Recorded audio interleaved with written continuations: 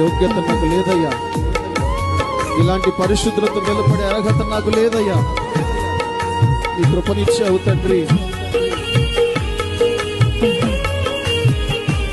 ఎక్కడో దూరాన చూసి